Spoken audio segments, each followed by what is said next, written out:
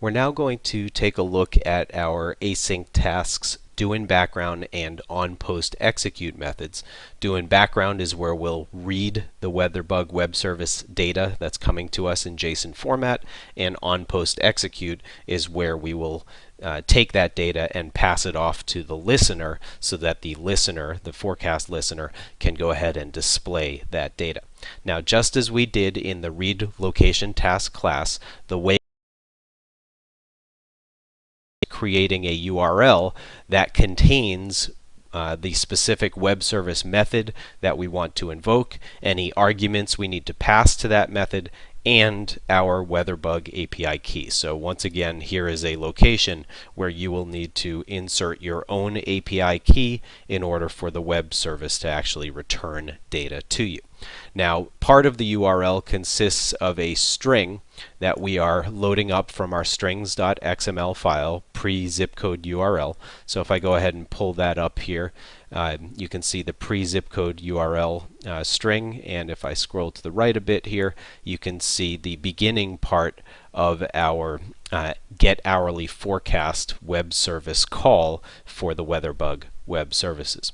So I take that and we concatenate that with the string zip code string, which represents the location for which we'd like to load some data, and then we have a bunch of options preceding the API key that are separated by ampersands. Each key value pair of data that you're sending to a web service in a REST web service call is separated from the next by an ampersand, and then you have the name of the key, an equal sign, and the name of the value, or the actual value, excuse me, that's going to be passed. Now, HT is the WeatherBug web services indication of a parameter that's being passed to the web service call, and then the values that we'd like to get back, these are actually encodings for things like the temperature. T stands for temperature, I stands for image, CP stands for chance of participation, FL stands for feels like,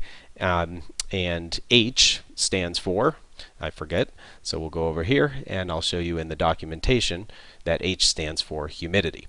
And this is the actual web page for the JSON web APIs of the WeatherBug web services. By the way, if you go to the top of this page, you can see that it tells you that you must have your own API key, which you can register for once again at developer.weatherbug.com.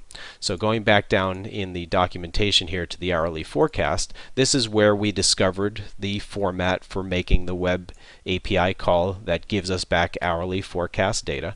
And again, HT is the hourly data types. What data do you want to get back in the results?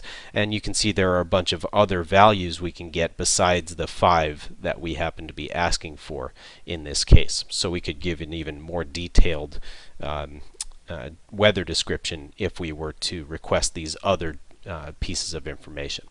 So here is the web service call, and if let's refresh this actually, since this is from yesterday, and so here's today's current forecast hourly list, as they call it. By the way, in the documentation, if you scroll down a little bit further, they give you a sense of what this returns, and as you can see, what we're getting is a JavaScript object that consists of the key forecast hourly list and its value, which is an array of JavaScript objects that contain hourly weather data. So going back over here, you can see that our array starts with an object that has a chance of precipitation of 0. Date time is a timestamp indicating which time this is for. A description of the weather is clear. A dew point, feels like label, and a bunch of other pieces of information that are being passed to us in this case. Now, as we go back over here to our doInBackground method, the URL that we just created, we must open a stream to that URL to get a byte-based input stream that allows us to read data from the web service. We pass that to a new input stream reader, which now is able to interpret those bytes as character-based information, and we assign that to the reader variable forecast reader. Input stream reader, again, is a subclass of reader.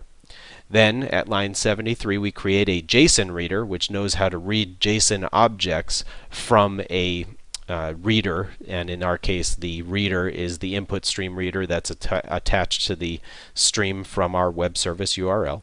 And as we did in the read location task class, we know that we're getting back a JSON object, so the first thing we do on our JSON reader is call its begin object method, which allows us to start reading the first object from the stream.